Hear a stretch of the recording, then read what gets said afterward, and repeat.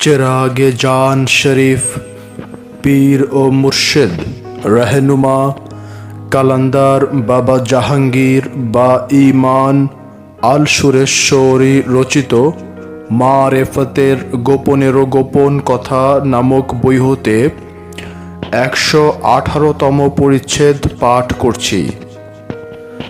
নফস ও রূহ নিয়ে আরও কিছু কথা।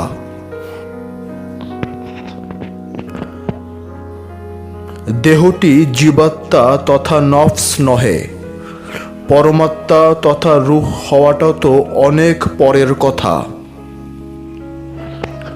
দেহটিকে রূপক ভাষায় খাঁচা বলা হয়। খাঁচা আর পাখি দুটো আলাদা বিষয়। পাখি উড়ে গেলে খাঁচাটি পড়ে থাকে। খাঁচা পাখি নয়, আবার পাখি খাঁচা নয়। দুটোকে মনের অজান্তে মিলিয়ে ফেলি, এটাই দৃষ্টি বিভ্রম। এটা দড়িকে সাপ মনে করে নেওয়ার মতো। দড়ি সাপ নয়, কিন্তু ভুল হয়ে যায়। পরমাত্মা তথা রূহ তো এতই সূক্ষ্ম, এতই চিকন বিষয় যে এর অবস্থান অণু পরমাণুর মতো। স্থূল চোখে দেখতে গেলেই ভুল হয়, মনে হয় রূহ তথা পরমাত্মাটিও সৃষ্টি। আবার অনেকে মনে করে থাকেন রূহ তথা পরমাত্মাটি সৃষ্টিও নয়, স্রষ্টাও নয়। এই মনে করার মাঝে সংকীর্ণতা থেকে যায়।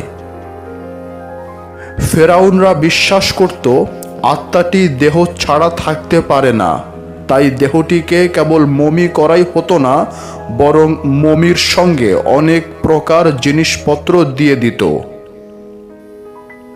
ফেরাউনরা এক আজব জীব বানিয়ে মূর্তির রূপ দিয়ে পূজা করত। এক ফেরাউন অনেক জ্ঞান গবেষণা করে বুঝে নিল যে এই আজব মূর্তিটার কোনো কিছুই করার ক্ষমতা নেই, বরং সূর্য আলো দেয়, সেই আলোতে সব কিছু বেঁচে থাকে। তাই সূর্যকে দেবতা মনে করে পূজা করার হুকুম জারি করলেন এবং আগের চলে আসা মূর্তি পূজা করতে নিষেধ করা হলো। এমনকি অনেক মূর্তি ভেঙে ফেলা হলো এবং মূর্তি পূজা হতে সূর্য পূজার বিবর্তন দেখা দিল। কিন্তু সেই ফেরাউনের মৃত্যুর পর আবার বাপ দাদারা যে মূর্তিগুলো পূজা করত, উহাই চালু হয়ে গেল। সূর্য দেবতাই নয় বলে সেই দিনের জ্ঞানী গুণীজনেরা যুক্তি তর্ক দিয়ে বুঝিয়ে দিলেন। বিবর্তনের লেজ আবার জোড়া লেগে গেল। মুসা নবীর তুর পাহাড়ে কিছুদিন অবস্থান করার দরুন উম্মতদের মাঝে মরে যাবার সংশয় জেগে উঠল। সামরি নামক এক বিরাট জ্ঞানীর উপদেশে সোনার তৈরি গরুর বাচ্চার পূজা করতে আবার শুরু করে দিল। নবী হারুনের শত চেষ্টা বিফল হয়ে গেল। পরে অবশ্য নবী মুসার আগমনে ঘুম ভাঙল এবং সামরি নামক জ্ঞানীর মৃত্যুদণ্ড কার্যকর করা হলো। কিন্তু একটি দেহ মমির মাঝেই জীবন ফিরে আসবে, তাই দেহ মমিটিকে খুব যত্ন করে কবর নামক ঘরে রাখা হতো। কবর নামক ঘরে মমির মধ্যে আত্মা প্রবেশ করবে, তাই সুখে থাকার ব্যবস্থা। এইসব চিন্তাধারাগুলোকে সেমেটিক চিন্তাধারা বলা হয়। এইসব চিন্তাধারা কম বেশি এখনো চালু আছে, মারা যায়নি। সম্রাট আকবরের দিনে এলাহির মতো আজও দিনে এলাহির অনুসারী এবং উপাসনার ঘর দিল্লিতে দেখে চমকে উঠলাম। ভাবলাম দিনে এলাহি মারা গেছে, কিন্তু গন্ধটি সামান্য হলেও থেকে গেছে। আমি একটি রুহু বিষয়ের ওপর অনুবাদের বই পড়ে চমকে গেলাম। কিছুই জানেন না, কিন্তু অনেক কিছু জানার মতো করে রুহু বিষয়ের ওপর বিরাট বই লিখে রেখেছেন। আর রুহুকে যারা পরমাত্মা বলেন তাদেরকে নানা প্রকার গালাগালি করেছেন। অথচ ওই ভদ্রলোকটি রুহুকে প্রথমে একবচন না বলে বহুবচন শব্দটি ব্যবহার করেছেন। আবার লেখক একবার রুহুকে সৃষ্টি বলেছেন, আবার নুরানি মাখলুক বলেছেন, আবার ফেরেশতা জিব্রিলকে বোঝাতে চেয়েছেন। অথচ ফেরেশতারা কোনো জীবই নয়, কারণ এদের নফসও নাই, রুহুও নাই। ফেরেশতারা হলেন আল্লাহর বানানো, আল্লাহর অগণিত রহমতের রোবট। কদরের রাতে ফেরেশতাদের নাজেল করা হয় এবং নাজেল করা হয় রূহ। কিন্তু ভদ্রলোক রূহ শব্দটির অনুবাদ করেছেন জিব্রিল ফেরেশতা। কদর রাতে জিব্রিল ফেরেশতাকে পাঠানো হয় লিখেছেন। জিব্রিলের কাজই হলো ওহী নিয়ে আসা। সেই ওহী মহানবীর পর হতে যদি বন্ধ থাকে তো জিব্রিলকে বেকার পাঠিয়ে লাভ কি? যিনি বইটি বাংলায় অনুবাদ করেছেন তিনি হয়তো জানেন না যে যিনি রুহের উপর আরবি ভাষায় বইটি লিখেছেন উহার আরেকটি চমৎকার বিস্ময়কর বইতে কোরআন, হাদিস, এজমা, কিয়াস দিয়ে বহু গবেষণা, বহু কষ্ট, ত্যাগ স্বীকার করে প্রমাণ করে দিয়ে গেছেন যে পৃথিবী গ্রহটাকে কেন্দ্র করে বিশ্ব ব্রহ্মাণ্ড ঘুরছে। কি চমৎকার আবিষ্কার করে গেছেন আজ হতে প্রায় 700 বছর আগে। আর এই গবেষকের মহামূল্যবান রুহু নামক বইটি বাংলায় অনুবাদ অন্য গবেষকদের 14 গোষ্ঠী ধৌত করে ফেরকাবাজির অপবাদ দিয়ে উপহার দিয়েছেন।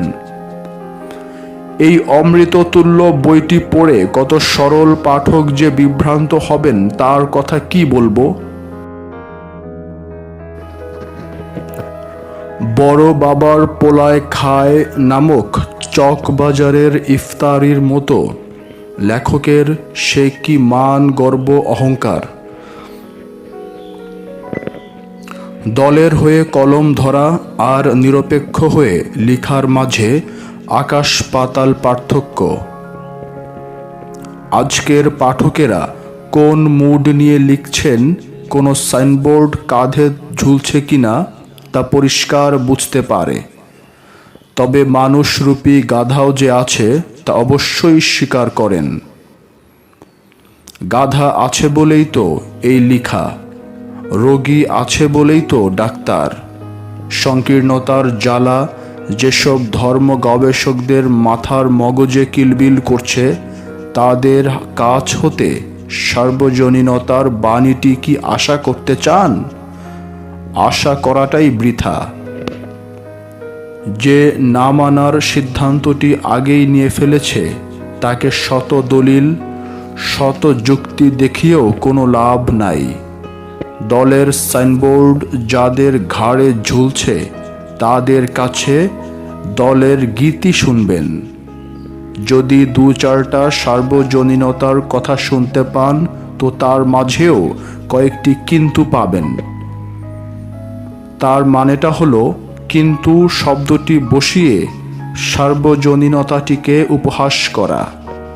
আসল কথাটি হলো ঈসা নবীকে আল্লাহ রূহ বলেছেন, তাই রূহের প্রকারভেদ করতেই হবে। এমনকি নফসটিকেও আরবি ব্যাকরণের জাদুমার্কা ঘোর প্যাচ খাটিয়ে রূহ বানিয়ে ছেড়েছেন। কিন্তু একটা প্রতিবাদ করতে গেলেই অন্য ফেরকার অনুসারী বলে যা তা মন্তব্য করে ছাড়বে। কথায় বলে চোরের মায়ের বড় গলা। এরকম ভাবভঙ্গি নিয়ে যত কথার প্যাচ আর জাদু দেখাতে চাইবে যে আপনি অবাক হবেন। সাধারণ মুসলমান এসব বিষয়ের বিন্দু বিসর্গ কিছুই জানে না বলে তাদের পাতে দেওয়া মাত্রই খেয়ে ফেলে।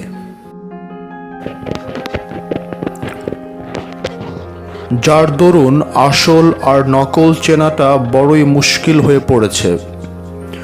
এক সাইনবোর্ডওয়ালা ইসলাম গবেষক তো নবী হতে রাসূল অনেক বড় প্রমাণ করার জন্য বিরাট একখানা বই লিখে ফেলেছেন। কত দলিল যে দাঁড় করিয়েছেন তার ইয়ত্তা নাই। এতে কি হয়েছে? অনেক চিন্তাশীল ধর্ম গবেষকরাও রসুলকে নবী হতে বড় করে দেখে। একবার আমি চট্টগ্রামের সিপোর্টে মহরম মাসে ওয়াজ করার দাওয়াত পাই। 2 দিন ওয়াজ করলাম। আমি বুঝিয়ে দিলাম যে রসুল হতে নবীর মর্যাদা অনেক বড়। সেদিনে পোর্ট সচিব ছিলেন একজন ইসলাম গবেষক, নাম তার ফারুক। উনি বিরাট আকারে ইসলাম ধর্মের উপর একটি গবেষণামূলক বই লিখেছেন। বইটিকে তিনি আগাগোড়া রসুলকে নবী হতে অনেক মর্যাদাবান বলে লিখে গেছেন। আমার মুখে উল্টা কথা শুনে আমাকে বারবার প্রশ্ন করছেন, আর আমি তার প্রতিটি প্রশ্নের উত্তর দিচ্ছি। জ্ঞানী ভদ্রলোক, বুঝতে পারছি উনি আমার প্রতিটি প্রশ্নের উত্তর গ্রহণ করে নিচ্ছেন। যখন উনাকে একটি কথা বুঝিয়ে বললাম যে আপনি একটিবার ভেবে দেখুন তো, আল্লাহ রসুল নির্বাচন করেন মানুষ এবং ফেরেশতা হতে, কিন্তু নবী নির্বাচন করেন কেবলমাত্র মানুষ হতে। আপনি একটিবারের তরেও দেখতে পারবেন না যে ফেরেশতাদের থেকে একজন নবী নির্বাচন করেছেন। ফেরেশতাদের থেকে আল্লাহ রসুল বানিয়েছেন কথাটি বেশ কয়েকবার পাবেন, কিন্তু নবী বানাবার প্রশ্নে সারা কোরআনে একটিবারও ফেরেশতাদের কথাটি বলা হয়নি। ফেরেশতা যতই শক্তিশালী হোক না কেন, ফেরেশতারা যতই মর্যাদার অধিকারী হোক না কেন, কিন্তু ফেরেশতাদের সৃষ্টির সর্বশ্রেষ্ঠ জীব বলা হয়নি, বলা হয়েছে মানুষকে। কারণ মানুষকে নফস এবং রুহু দেওয়া হয়েছে, ফেরেশতাদেরকে নফস আর রুহু দুটোর একটিও দেওয়া হয়নি। সূরা কদরে পরিষ্কার করে বলে দেওয়া হয়েছে যে সেই শক্তিশালী রাতে নাজেল করা হয় ফেরেশতাদের এবং রুহ যদি ফেরেশতারাই হতো তাহলে আল্লাহ আলাদা করে ভাগ করে বলতেন না যে কদর রাতে তথা শক্তিশালী রাতে ফেরেশতাদের এবং রুহ নাজেল করি। রুহ বিষয়টি এমনিতেই গোপন। যদি রুহ বিষয়ের ওপর যথেষ্ট ধারণা না থাকে তো সোজা বলে দিন যে এই বিষয়টি আমার জানা নাই অথবা জানি না বলার মাঝে কি এমন লজ্জা আছে? বরং সততার আদর্শটি ফুটে উঠবে এবং মানুষ আপনার গবেষণায় ধন্যবাদ জানাবেন। অবশেষে আমাকে আরেকদিন রেখে সিপোর্টের অনেক অফিসার এবং তাদের বন্ধুরা মিলে এককভাবে অনেক রাত পর্যন্ত ওয়াজ করালেন এবং ওয়াজটি ক্যাসেট করে রাখলেন। সিপোর্টের অফিসারটি এসে আমার সামনে শিশুর মতো কাঁদলেন আর বললেন, জীবনে কি কেবল ভুলই শিখে গেলাম? আমি সান্ত্বনা দিয়ে বললাম যে আমাকেও একই রকম ভুলের ফাঁদে অনেকবার পা ফেলতে হয়েছে। আল্লাহর রহমতে সত্য জানবার ফরিয়াদ করলে আল্লাহই সত্য পথটি দেখিয়ে দেয়। বেশিক্ষণ উনি থাকতে পারেননি, কারণ নৌমন্ত্রী আসার কথা। যতদূর মনে পড়ে যে সেই সময় নৌমন্ত্রী ছিলেন সাবের হোসেন চৌধুরী। পরে অবশ্য কয়েকবারই ঢাকাতে এসে আমার সঙ্গে দেখা করে গেছেন। রুহ বিষয়টির ওপর পরিষ্কার ধারণা রাখতে হলে শাহ সুফি সদরুদ্দিন আহমদ চিশতি সাহেব রচিত মসজিদ দর্শন বইটি পড়তে পারেন। আরও বেশি জানতে হলে মহিউদ্দিন ইবনুল আরবি এবং আহমদ রেফাইয়ের রচনা সমগ্র পড়তে পারেন। অধম লেখক রুহ বিষয়টি বিস্তারিত লিখেছি মারেফতের বাণী নামক বইটিতে। যতবার রুহ বিষয়টি কোরআনে বলা হয়েছে ততবারই এর ব্যাখ্যা বিশ্লেষণ করেছি। মনে হয় কোরআনে রূহ বিষয়টি ২১ বার উল্লেখ করেছে এবং ২১ বারই ব্যাখ্যাটি দেওয়া হয়েছে। ১১৯তম পরিচ্ছেদ, মেজাজি আর হাকিকি। আবার সেই পুরনো কথায় ফিরে আসছি। মক্কার মিনাতে যে ৩টি শয়তান ঠায় দাঁড়িয়ে আছে, উহারা মেজাজি শয়তান। উহারা শয়তান নয় কথাটি বলা যাবে না, কারণ তাহলে শরীয়তের দর্শনটি থাকে না। শরীয়তের দর্শনটিকে রাখতে হবে হাকিকি দর্শনটিকে বুঝিয়ে দেবার জন্য। তাই ইসলাম হলো একটি পূর্ণাঙ্গ জীবন দর্শন। দর্শনে প্রয়োগ থাকে, অনুষ্ঠান থাকে, নানা রকম বিধান থাকে, কিন্তু চরম পর্যায়ে ইসলাম হলো একটি পূর্ণাঙ্গ পরিপূর্ণ জীবন দর্শন। মক্কায় যে প্রথম পূর্ণাঙ্গ মানুষ আদম কর্তৃক বসানো হয়েছিল একটি ঘর, সেই ঘরটির নাম কাবা শরীফ। মাটি বা পাথরের ঘরে কখনো আল্লাহর জাতি নূর না থাকলেও ধরে নিতে হবে যে কাবাতে আল্লাহর জাতি নূর আছে। এই ধরে নেওয়াটাই শরীয়ত। তাই মক্কার কাবা ঘরটি হলো মেজাজি কাবা। হাকিকি কাবার পরিচয় করার দর্শনটি হলো মেজাজি কাবা। তার কারণ মেজাজি কাবাটি না থাকলে হাকিকি কাবার দর্শনটি বুঝতে কষ্ট হতো। মূর্তের পেছনেই বিমূর্ত দাঁড়িয়ে থাকে। হাকিকি কাবা মুমিনের সঙ্গেই আল্লাহ আছেন। সূরা আনফালের ১৯ নম্বর আয়াতটি এই কথাটি বলছে। সুতরাং মুমিনের দিলটি হলো হাকিকি কাবা। মুমিনের দিল কাবার হজটি কেমন করে করতে হবে তারই জন্য মেজাজি কাবার প্রয়োজন। আবার মেজাজি কাবাকে অনুসরণ করেই মেজাজি মসজিদ বানানো হয়। হাকিকি মসজিদটি হলো মুমিনের দিল কাবা। এ বিষয়ে বিস্তারিত জানতে চাইলে শাহ সুফি সদরুদ্দীন আহমদ চিশতি রচিত মসজিদ দর্শন বইটি পড়লেই পরিষ্কার বুঝতে পারবেন। আবার মেজাজি কাবা ও হাকিকি কাবার দর্শনটি জানতে চাইলে শাহ সুফি সদরুদ্দীন আহমদ চিশতি রচিত কেবলা ও সালাত বইটি পড়লেই পরিষ্কার বুঝতে পারবেন।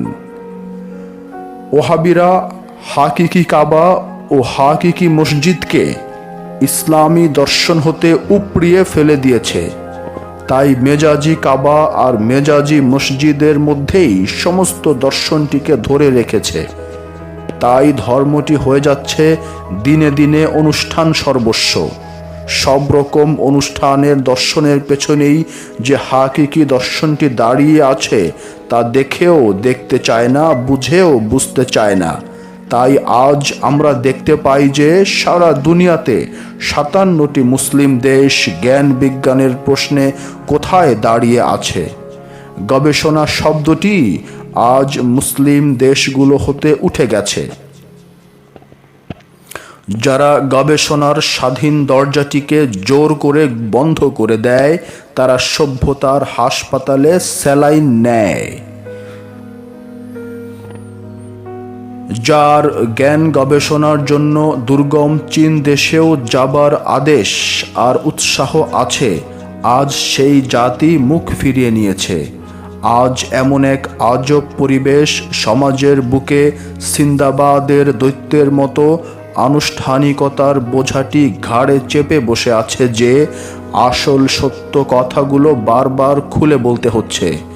আজ মুসলিম বিশ্ব আনুষ্ঠানিকতার লাঠিকে আসল পা মনে করে ধরে আছে এবং কেউ যদি বোঝাতে চায় যে এটা আসল পা নয় বরং লাঠি, তাহলে তাকে সম্মান প্রদর্শন করা তো দূরে থাক, বরং আনুষ্ঠানিকতার বাণগুলো নিক্ষেপ করতে অস্থির হয়ে ওঠে। চুরি ডাকাতির মাল কিনে নেবার সময় কিছুই মনে থাকে না, কিন্তু তাড়াতাড়ি অজুর পানি দাও, সময় মতো নামাজ না পড়লে মনটা অস্থির লাগে। এই চমৎকার দর্শনে আমরা কম বেশি সবাই গা ভাসিয়ে দিয়েছি। এবার আসুন খাজা বাবা কি বলেন। অলিদের মহারাজা খাজা বাবা, যিনি অখণ্ড ভারতে 800 বছর আগে মাত্র 4 কোটি মানুষের মধ্য হতে 92 লাখ মুসলমান বানিয়েছিলেন। কোরআনে বর্ণিত যতজন নবী আছেন সবাই মিলে তার 12 ভাগের 1 ভাগ মুসলমান বানাতে পেরেছেন কিনা সন্দেহ। সেই অলিদের মহারাজা সুলতানুল হিন্দ খাজা বাবা কাবা ও হজ বিষয়টিতে কি বলে গেছেন আসরারে হাকিকি নামক পুরনো ফার্সি ভাষায় রচিত গ্রন্থে। আজ হতে প্রায় 50 বছর আগে ভারতের সাহারানপুর হতে 1898 সালে নওবেল কিশোর নামক প্রকাশক লিথো প্রেসে ছাপানো একখানি মকতুবাতে শরীফ খুব কষ্ট করে এবং বেশ কিছু টাকা খরচ করে সংগ্রহ করেছিলাম। কিন্তু ভাগ্যের নির্মম পরিহাস, গ্রামের বাড়িতে আগুন লেগে ফার্সি ভাষায় রচিত বহু মূল্যবান বইগুলোর সঙ্গে আসরারে হাকিকি বইটি পুড়ে যায়। অনুবাদ করার ইচ্ছা ছিল এবং সামান্য কলমও ধরেছিলাম, কিন্তু যখন জানতে পারলাম যে রাজশাহী হতে জনৈক মাওলানা জিয়াউল আলম মোহাম্মদ ইউসুফ খান বাংলায় অনুবাদ করেছেন এবং 1951 সালে বই আকারে ছাপা হয়, অবশেষে 1 কপি সংগ্রহ করেছি। আরও কিছু পরে জানতে পারলাম যে শাহ সুফি বাবাজান মাওলানা লাল মিয়া বয়াতি এবং শাহ সুফি বাবাজান আব্দুল হালিম বয়াতির পীর সাহেব অধম লেখকের প্রাণপ্রিয় বন্ধুবর মোনাজারে আজম, আসরারের কবির, মেহতায়ে মারেফত হজরত শাহ সুফি বাবাজান মাওলানা ইসরাইল চিশতির কাছেও খাজার আসরারে এলাহি ছিল। লালবাগের বালুঘাটে অবস্থিত খানকায় আমি নিজ হাতে সেই মকতুবাতে নেড়েচেড়ে দেখেছি। আমার আসরারে এলাহি 1992 সালের 26শে ডিসেম্বর বাড়িতে আগুনে পুড়ে যায়। এদিকে পীর সাহেব পর্দা নিলেন। জানি না সেই অমর গ্রন্থটি বাবাজানের পুত্রদের কাছে আছে কিনা, কারণ আর যোগাযোগ নাই। পরম শ্রদ্ধেয় ভাইজান জনাব জেহাদুল ইসলাম, যিনি আজমিরের মক্কা হাউজের খাদেম বাবা শাহ সুফি ফারুক হোসেন চিশতির মুরিদ ছিলেন, তিনি সাহস করে দিওয়ান সহ বাংলায় অনুবাদ করেন। অনেক দিন যোগাযোগের অভাবে আমি জানতে পারি না যে মূল বইটি শাহ সুফি বাবা ইসরাইল চিশতির কাছে আছে। তাছাড়া ভাবতে পারি না যে তিনি এমন বিশাল কাজে হাত দেবেন। জানতে পারলে অথবা আমাকে জানালে বলে দিতে পারতাম। কি করব, সবই তো তকদিরের খেলা। আমি এখন খাজা বাবার কিছু কথা তুলে ধরছি। আগেই বলে রাখা ভালো যে খাজা বাবা যে কথাগুলো বলেছেন উহা তিনি গঞ্জে মাকফি তথা রহস্য জগৎ হতে দেখে নিয়ে বলেছেন যে মহানবী ওমর ফারুককে এই বলে উপদেশ দিয়েছেন যে মহানবী বললেন, হে উমর, দৃঢ় বিশ্বাস রাখো যে ইনসানের দিল খানায়ে কাবা এবং মুমিনের দিল আল্লাহর আরশ। এই দিল কাবার হজ করা প্রয়োজন। হজরত ওমর জিজ্ঞাসা করলেন, হে আল্লাহর রসুল, দিল কাবার হজ কিভাবে সম্পূর্ণ করতে হয়? উত্তরে মহানবী বললেন, ইনসানের অজুদ 4টি দরজা বিশিষ্ট তথা আব, আতশ, খাক ও বাদ। এই 4টি দরজা থেকে সকল প্রকার সন্দেহ, গোমরাই গায়রুল্লাহর পর্দা দূরীভূত করলে দিল রূপ আয়নায় আল্লাহর জাতের জালুয়া নজরে আসবে। এটাই খানায়ে কাবার হজের লক্ষ্য ও উদ্দেশ্য। এই রকম হাকিকি হজ তথা আসল হজের আরও একটা বিশেষ উদ্দেশ্য হলো ইনসান নিজের আমিত্ব তথা হাস্তিকে এমনভাবে মিটিয়ে ফেলবে যেন আমিত্বের কোনো নামগন্ধ অবশিষ্ট না থাকে। এই পর্যায়ে তার জাহের ও বাতেন সমভাবে পবিত্র হয়ে যাবে এবং তার দিল আল্লাহর গুণে গুণান্বিত হবে। হযরত ওমর বললেন, ইয়া রাসূলুল্লাহ, আমার নিজের আমিত্ব কেমন করে দূর করে দেব? মহানবী বললেন, আল্লাহর আশেক হলেই আপন আমিত্ব ফানা করা সম্ভব।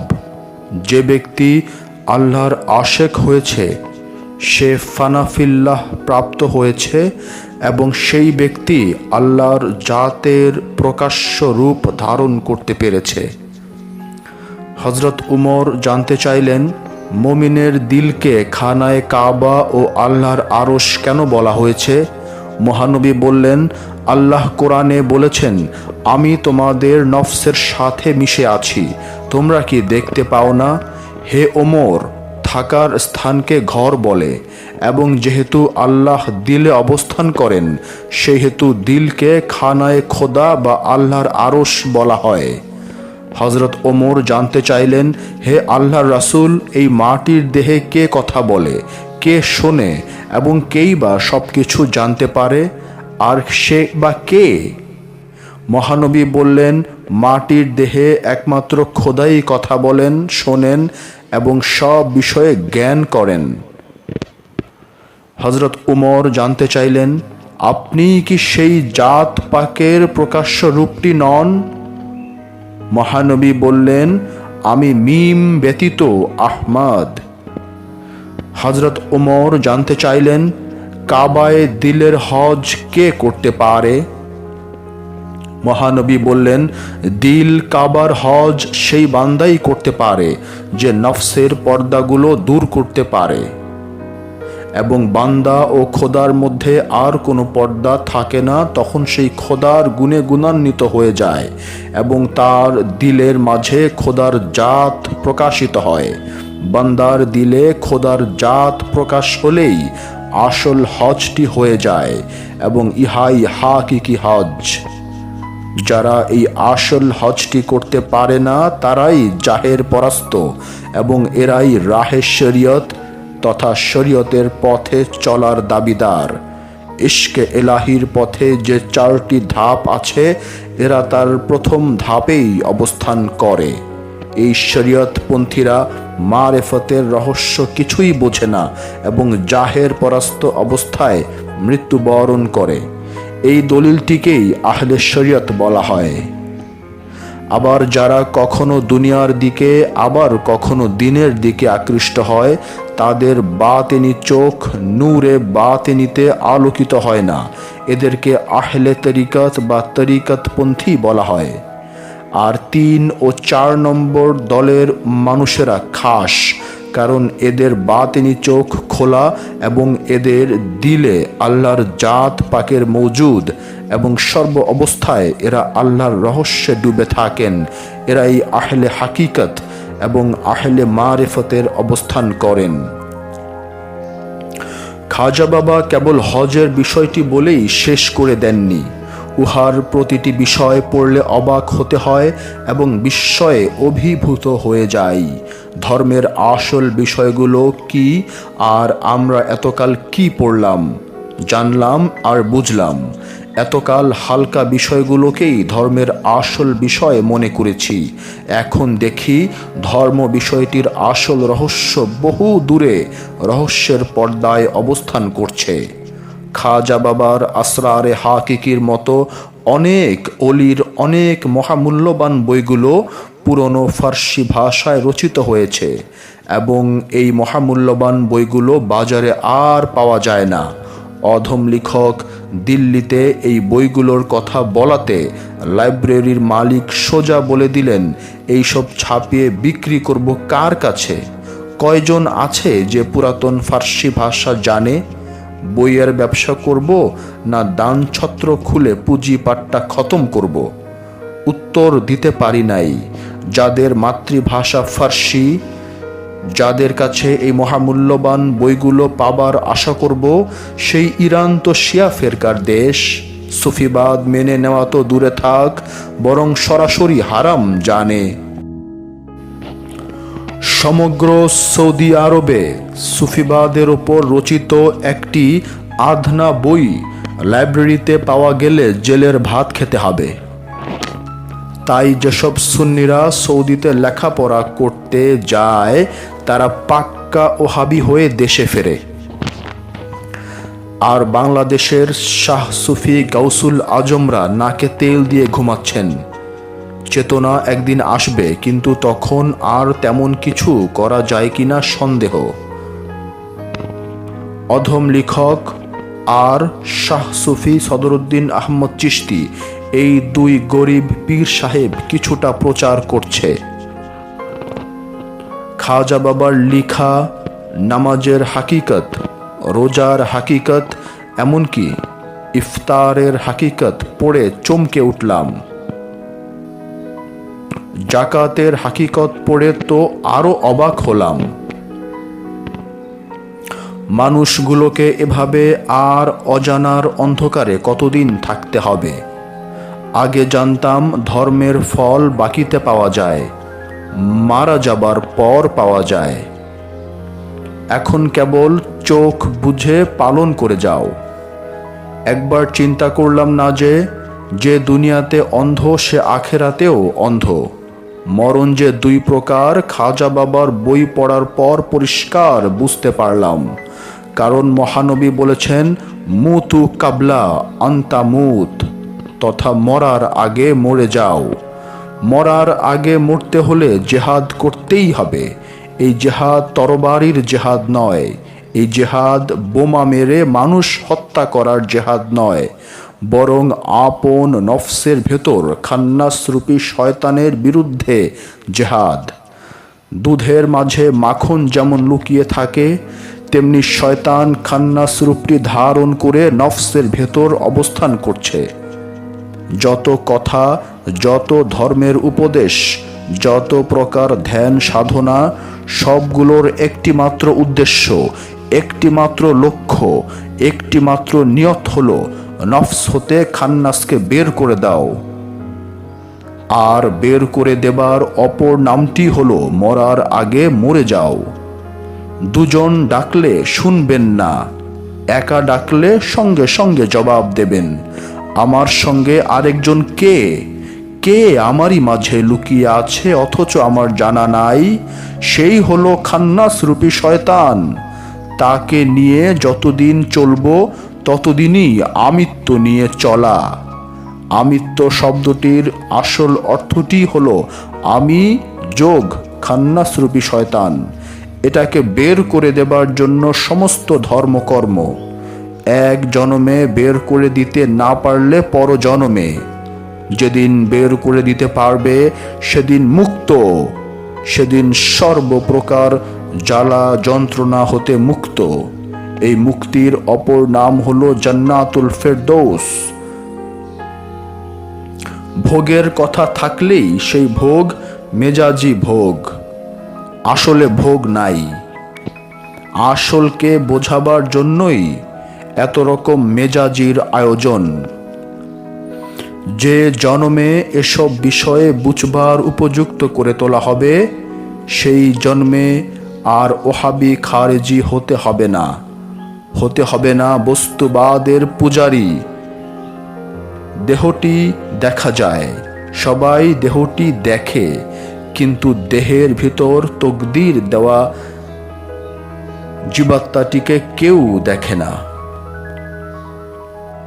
দেহের মাঝে বাস করছে জীবাত্মা, অথচ রহস্যময়।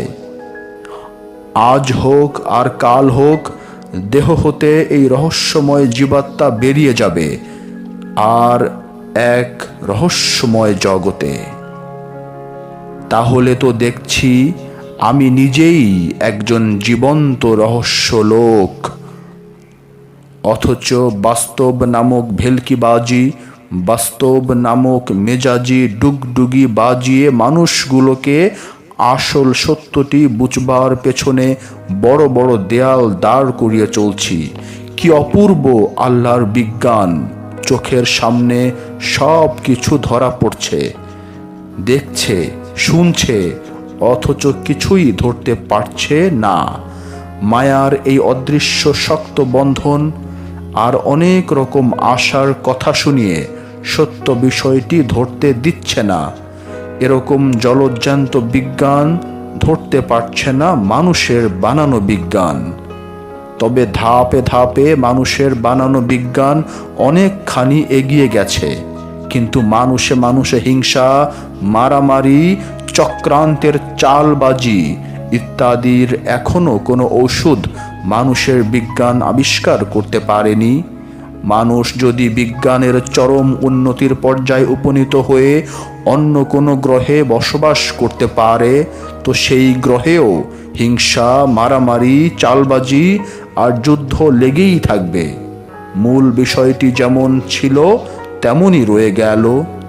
দেহের বিবর্তনের সঙ্গে কি মনের হিংসার বিবর্তন হবে না? সেই কবে খবরের কাগজে খুন খারাপি আর হিংসা বিদ্বেষের ঘটনাগুলো পড়েছি, কিন্তু আজও খবরের কাগজে এসব পচা বিষয়গুলো আরো বেশি পড়তে হয়। এই পচা বিষয়গুলো হতে আমরা কবে মুক্তি পাব? আদৌ কি মুক্তি পাবার কোনো সম্ভাবনা আশা করা যাবে না? না, যায় না। দুনিয়া কি এভাবেই চলবে? একজন ভোগ করবে আর একজন ত্যাগ করবে? ফুল কি মধু দিয়েই যাবে আর ভ্রমর কি মধু পান করেই যাবে? যদি অধমের কাছে এর উত্তরটি জানতে চান তো বলবো, নির্জনে 15টি বছর ধ্যান সাধনা করুন। 15 বছর এজন্য বললাম যে মহানবী 15 বছর হেরা গুহায় ধ্যান সাধনা করেছেন। সুতরাং এত বড় জলজ্যান্ত মহানবীর মহাসুন্নতটিকে আজে বাজে কথা বলে, ছক্কা পাঞ্জার ভুয়া কাহিনী শুনিয়ে কেন আড়াল করে চলছেন?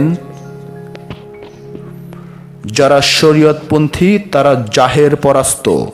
শরীয়তের অনুসারীরা বাহিরের আচার অনুষ্ঠানগুলোই বোঝে এবং এই আচার অনুষ্ঠান পালন করাটাই ধর্ম পালন করছি মনে করে, এবং এভাবেই তারা মৃত্যুবরণ করে। কি পরিষ্কার ভাষায় খাজা বাবা তার প্রধান খলিফাকে এই বিষয়গুলো বুঝিয়ে দিয়েছেন। অন্য এক স্থানে তো খাজা বাবা তার প্রধান খলিফা বাবা কুতুবুদ্দিন বখতিয়ার কাকিকে বলছেন, শরীয়তপন্থীদের সঙ্গে ঝগড়া করতে যেও না, বরং আল্লাহর হাতে ছেড়ে দিও। আল্লাহর হাতে কেন শরীয়তপন্থীদের ছেড়ে দিতে উপদেশ দিলেন? আমার মনে হয় যারা মানবে না তাদেরকে শত দলিল দিয়ে প্রমাণ করে দিলেও মানে না। এরকম ভুরি ভুরি নমুনা বা দৃষ্টান্ত তুলে ধরা যায়। তাদেরকে আল্লাহ বুঝবার তকদির দান করেননি, সুতরাং বুঝাতে গেলেও দেখবেন এরা বুঝেও বুঝতে চায় না। এ বিষয়ে আমার অনেক ছোট ছোট অভিজ্ঞতা আছে। একবার এক শরীয়তপন্থী কাঠ মোল্লাদের অনুসারীর বাড়িতে চিকিৎসার জন্য গেলাম। আল্লাহ পাক রোগীকে সারিয়ে তুললেন। উনি আমার ব্যবহার এবং চালচলন দেখে আমার ওয়াজের কয়টি ক্যাসেট নিলেন এবং শুনলেন। উনার মনে ভালো দাগ কেটেছে বলে মনে হলো। সেই সময়ে প্রতি সপ্তাহে শনি রবিবার ডাক্তারি করতে যেতাম নরসিংদী জেলার শিবপুর থানায় আমার এক শিষ্য ডাক্তার বাদলের হোমিও হলে। প্রচুর রোগী হতো। সেই সূত্রে বাঘা ইউনিয়নের ব্রাহ্মণদি গ্রামের সেই শরীয়তপন্থী লোকটি অবশেষে আমার মুরিদ হয়। আমি বারবার না করার পরেও আমার আর এক ভক্ত আলফা মোশন ও রফিক মুত্তারের বিশেষ অনুরোধে মুরিদ করলাম। পরে একদিন কোথায় জানি এক ওহাবি মোল্লার ওয়াজের মাহফিল শুনে এসেছে যে খাজা বাবার ওরসের সিন্নি খাওয়া হারাম এবং যারা ওরসের সিন্নি খায় তারা জাহান্নামে যাবে ইত্যাদি। আর কি, সব শেষ। পরে অবশ্য কামারটেকের দলিল লেখক আলফা মৌশন ও নৌকাঘাটার রফিক মুক্তার সবকিছু বুঝতে পারল। এ দুইজন তো যায়নি, প্রাণ দিয়ে আলফা মৌশন ভালোবাসত, কিন্তু বর্তমানে দুজনেই ওফাত হয়ে গেছেন। সুতরাং যে যাবার তাকে ধরে রাখা যায় না, আর যে থাকে তাকে ধরে রাখতে হয় না। ছোচা বিড়াল তরকারি বারবার খেলে কৃষক ছালায় ভরে দূরে ফেলে দেয়, কিন্তু পরে দেখা যায় আবার এসে হাজির। যে থাকবার তাকে ছালায় ভরে ফেলে দিলেও ফিরে আসবে, কিন্তু শরীয়তপন্থীরা আসল বিষয়গুলো চোখে আঙ্গুল দিয়ে বোঝালেও বোঝে না। অনুষ্ঠানগুলোকেই ধর্মের আসল ও একমাত্র বিষয় বলে মনে করে। অবশ্য এখন এদের সংখ্যা এত বেশি বেড়ে গেছে যে হাকিকতপন্থীদের উপর লাঠিসোঁটা নিয়ে চড়াও হয় এবং কল্পিত শিরক বেদাতের দোষ চাপিয়ে নাজেহাল করতে চায়, এবং অনেক সময় করে, আবার অনেক ক্ষেত্রে হাতাহাতি মারামারি পর্যন্ত হয়ে যায়। সৌদি ওহাবিদের প্রচার এবং মালপানি আরও উৎসাহ দান করে। অবশ্য শরীয়তপন্থীদের সবাইকে পাইকারিভাবে দোষ দেওয়া যায় না, আমাদেরও কিছুটা প্রচার করা উচিত।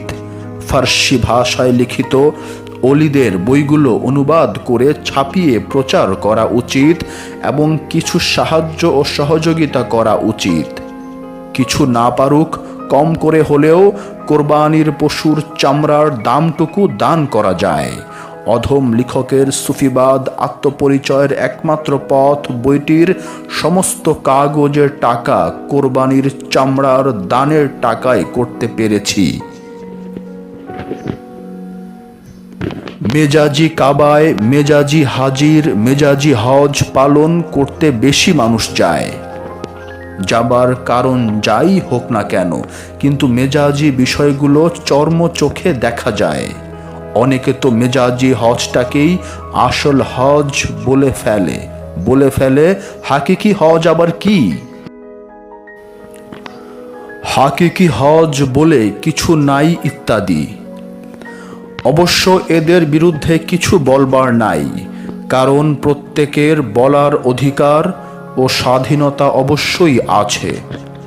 যেমন তারা বলেই ফেলে যে মক্কার মিনাতে যে 3টি শয়তান আছে এরাই আসল শয়তান, এর বাইরে আবার কেমন করে শয়তান থাকতে পারে? আপন প্রবৃত্তির ভেতরে যে শয়তানটি খান্নাস আর মরদুদ রূপে অবস্থান করছে এটা মেনে নিতে চায় না। বিশাল একটি ধর্ম দর্শনে ভিন্ন মত থাকা স্বাভাবিক। আমরা দেখতে পাই কোনো কোনো দেশে রাজনীতির প্রশ্নে একটি দলের অভ্যন্তরে ভিন্ন মত থাকাটা স্বাভাবিক।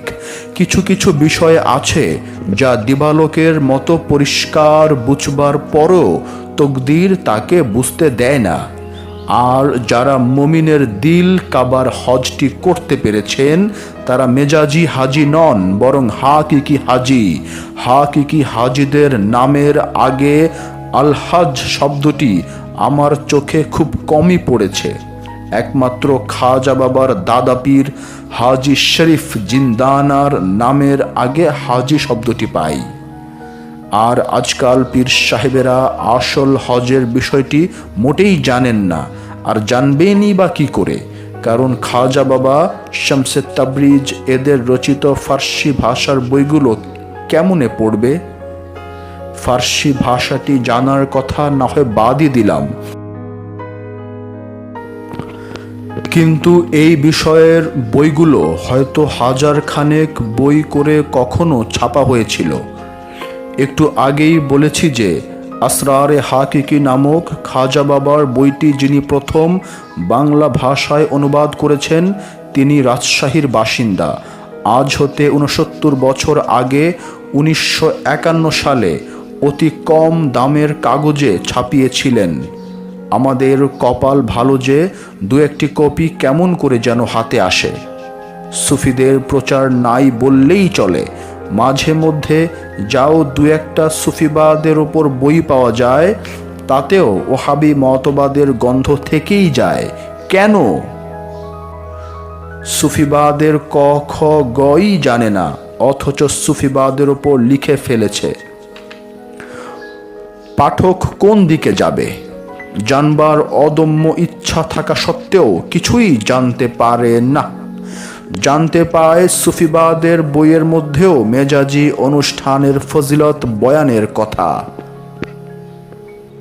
আর যত ফজিলত বয়ান পাওয়া যায় তার সবগুলো বাকিতে পাবার আশার বাণী। বেঁচে থেকে কেমন করে মরার আগে মরতে হবে, কেমন করে আমিত্ব দূর করতে হবে, কেমন করে বুঝাবে যে আপন প্রবৃত্তির পূজাটিকে কোরআন শয়তানের পূজা বলে ঘোষণা করেছে। কে বুঝিয়ে দেবে যে শয়তান কেবলমাত্র আল্লাহর সৃষ্টি রাজ্যের মাত্র 2টি স্থানে অবস্থান করার অনুমোদন পেয়েছে, আর সেই 2টি স্থানের নামই হলো জিন ও ইনসানের অন্তর। অন্তরবিহনে শয়তানের বাস করার আর কোনো জায়গা নেই। মেজাজি হজের মৌসুমে দেখা যায় মেজাজি হজে যাবার জন্য হাজার হাজার মানুষ লাইন দিচ্ছে। অবশ্যই মেজাজি হজের প্রয়োজন আছে, কিন্তু সেই সঙ্গে হাকিকি হজ তথা আসল হজ কি, কেমন তা জানবার আগ্রহ খুব কম লোকের মধ্যেই থাকে। সুতরাং অনুষ্ঠানটি হয়ে যায় একমাত্র বিষয়।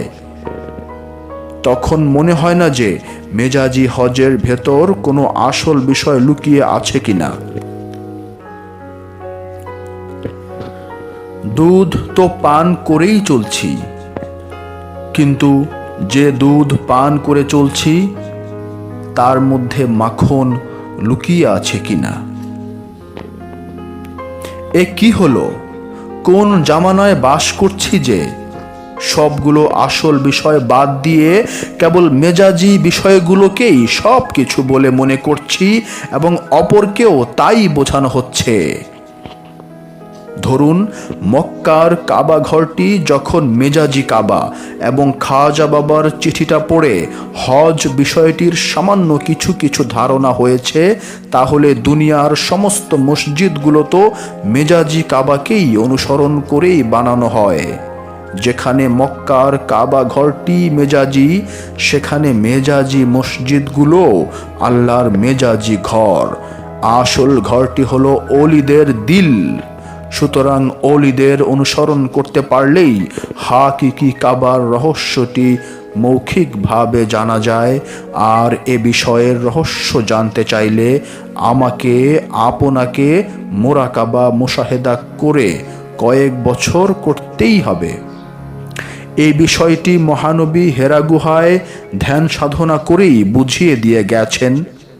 তাই মাওলানা জালালউদ্দিন রুমি তার বিখ্যাত অমর গ্রন্থ মসনবিতে বলেছেন যে আউলিয়াদের দিলগুলোই হলো আল্লাহর হাকিকি মসজিদ তথা আসল মসজিদ। আমাদেরও দোষ আছে, আমরা যারে তারে আল্লাহর ওলি মনে করে মুরিদ হয়ে যাই এবং হালকা শিক্ষা দেওয়া হয়। সদর ঘাটের ফুটপাতে 10 টাকার দিনিয়াত বইতেই এর চেয়ে বেশি কিছু জানা যায়। আমাকে এমন কিছু শিখিয়ে দেন যার মাধ্যমে একেবারে সব কিছুই বুঝতে না পারলেও সামান্য কিছু তো বুঝতে পারবো। ধোঁয়া দেখলে যেমন আগুনের সন্ধান পাবার আশা করা যায়, তেমনি এমন কিছু একটা মোরাকাবা মুশাহেদা শিখিয়ে দিন যার মাধ্যমে রহস্য লোকের সামান্য কিছু বুঝতে পারি।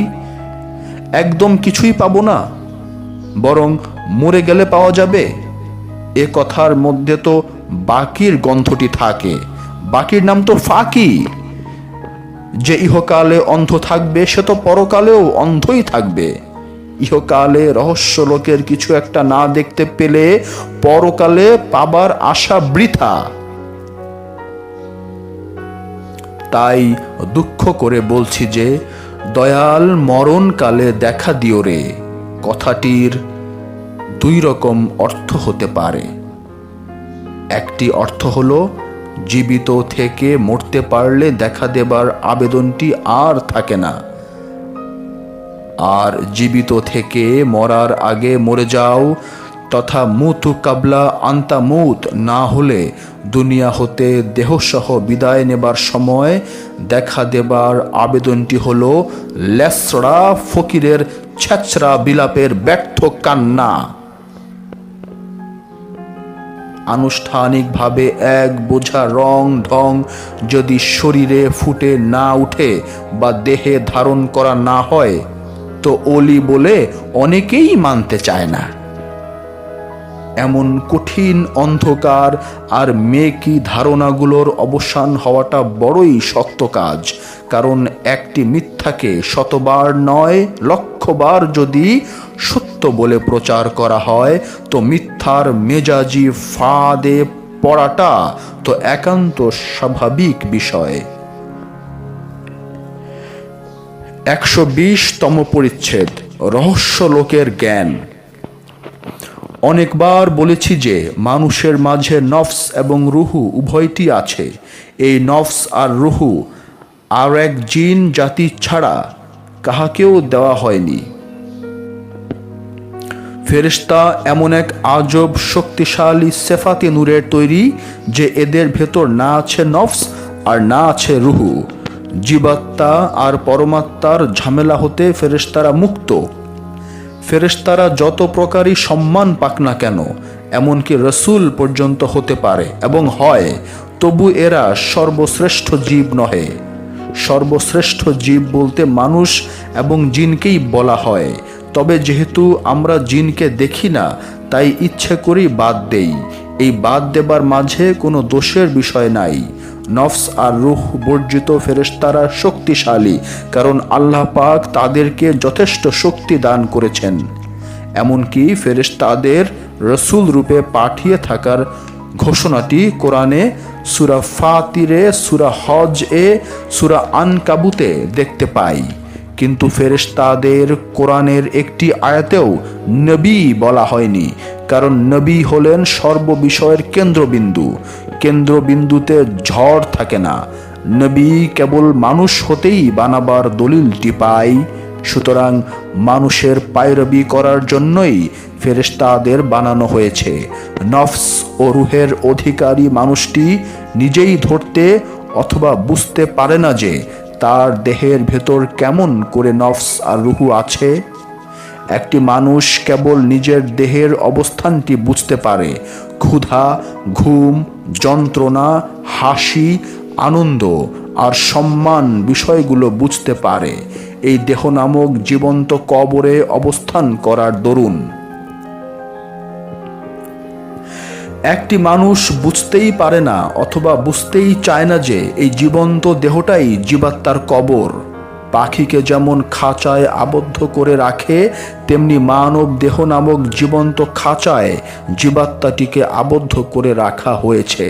তাই মানুষ রহস্য লোকের থেকেও এই দেহের বিভিন্ন অঙ্গ প্রত্যঙ্গ থাকার দরুন বাহিরের সব কিছু বুঝতে পারে, কিন্তু জীবাত্মাটির বিষয়ে সম্পূর্ণ অজ্ঞ থেকে যায়।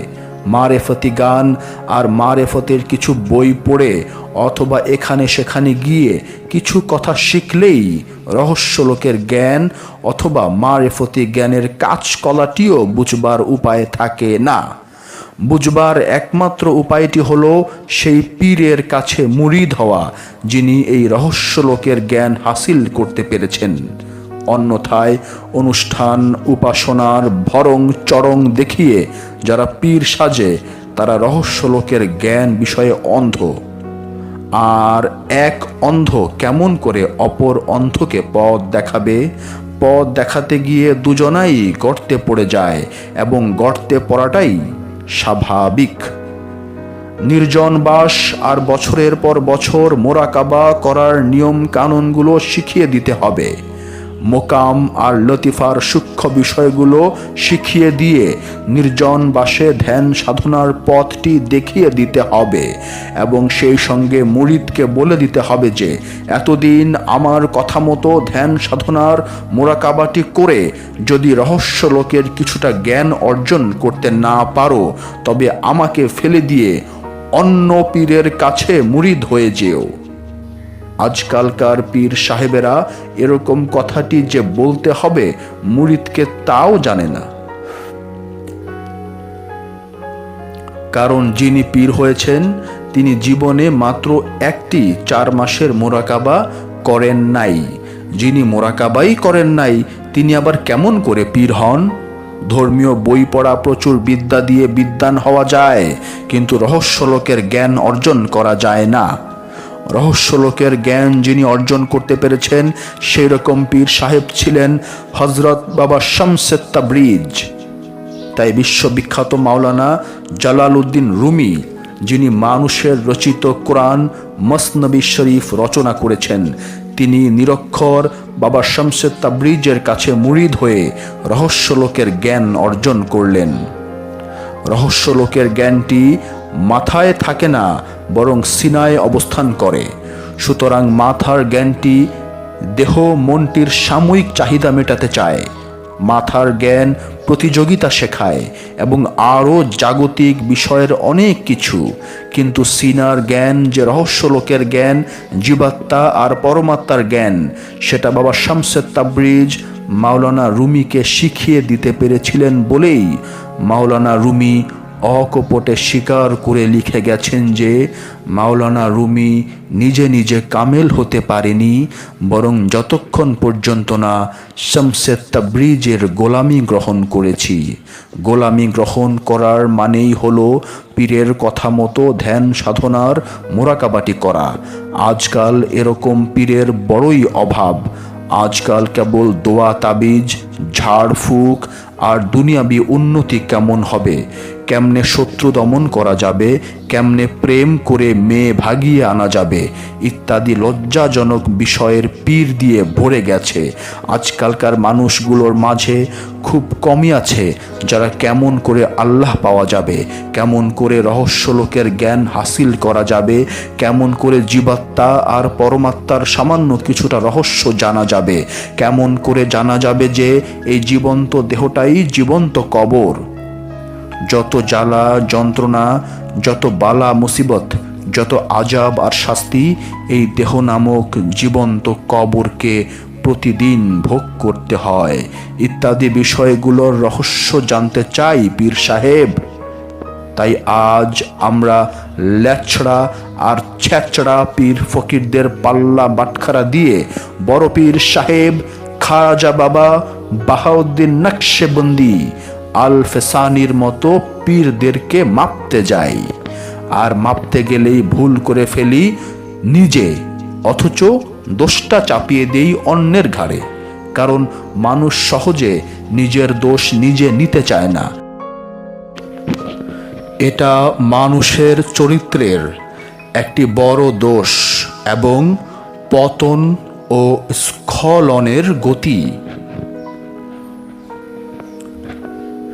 তুমি সবচেয়ে বড় কবি, দুনিয়া জোড়া তোমার নাম ফুটবে, দেশের জ্ঞানী গুণীরা তোমার কবিতা পড়ে ধন্য ধন্য করবে। কত সম্মান আর সম্মানের ফুলমালা। কত বুদ্ধিজীবী তোমার কবিতা পড়ে প্রবন্ধ লিখে বলে ফেলবে তুমি কবিও, প্রফেটও। সেই বিখ্যাত কবি বৃদ্ধ বয়সে নাতিকে কোলে নিয়ে শিশুর মতো বলে ফেললেন, আমি এই বুড়ো পোশাকটা ফেলে দিতে চাই না, অর্থাৎ এই জীর্ণ দেহ হতে বিদায় নিতে চাই না, অর্থাৎ মরতে চাই না। ভগবান শ্রীকৃষ্ণ যতবারই যত রকম ব্যাখ্যা দিয়ে বলুন না কেন যে তোমার এই দেহটি জীবাত্মার সবচেয়ে নিকটতম পোশাক, পরিধানের পোশাকটি দুর্বল হয়ে গেলে যেমন তুমি নিজেই ফেলে দাও, মৃত্যুটাই সেরকম দুর্বল দেহ পোশাকটিকে ফেলে দেওয়া। এত মূল্যবান উপদেশগুলো একটি বৃদ্ধের কাছে বেকার হয়ে যায়, একটি পয়সারও মূল্য থাকে না তখন। ভাবে, এতকালের এই দেহ পোশাকটি ফেলে কোথায়, কোন অজানা রহস্য লোকে যেতে হবে। ভয় পায়, বড় বড় জাদ্রেল মানুষও ভয় পায় এই ভেবে যে এতকাল যাকে বাস্তব বাস্তব বলে বুদ্ধিজীবীদের সঙ্গে চা পান করতে গিয়ে টেবিল চাপড়াতাম, সেই বাস্তব জীর্ণ দেহটা ফেলে কোনো অজানা রহস্য লোকের বাসিন্দা হতে ভয় লাগে। তাহলে কি ৮০টা বছরের দেহ ধারণ করার বাস্তব জীবনটা এক ফুৎকারে নিভে গিয়ে অজানা রহস্য লোকে যেতে হবে? এতকাল মানুষের ভিড়ে মানুষের দেওয়া কত সম্মানের কাছে রহস্য লোকের জীবনটাকে ভুরু কুচকে ডাস্টবিনে ফেলে দিয়েছে। কত বড় টিটকারির ভেঙচি কেটেছে, আর এখন নাতিকে জড়িয়ে ধরে বলে, দাদু ভাই, তোমাদের মায়া ছেড়ে চলে যেতে চাই না অন্য আরেক রহস্য লোকে। কি বেদনাদায়ক বোবা বিলাপ, কি আজব বোবা কান্নার লম্বা নিঃশ্বাস ফেলা।